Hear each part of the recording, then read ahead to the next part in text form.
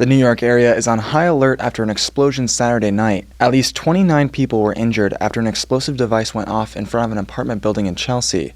As of Sunday morning, officials believe the device was hidden inside a toolbox. Police found a second device 4 blocks from the scene and safely removed it. Earlier Saturday morning, about 80 miles away, an explosion went off inside a trash can at a military charity run in Seaside Park, New Jersey. The race had started late though, and no one was near the blast. Officials don't believe there's a connection between the two explosions, nor that an international terrorist group planned either one. For Newsy, I'm Ryan Beek.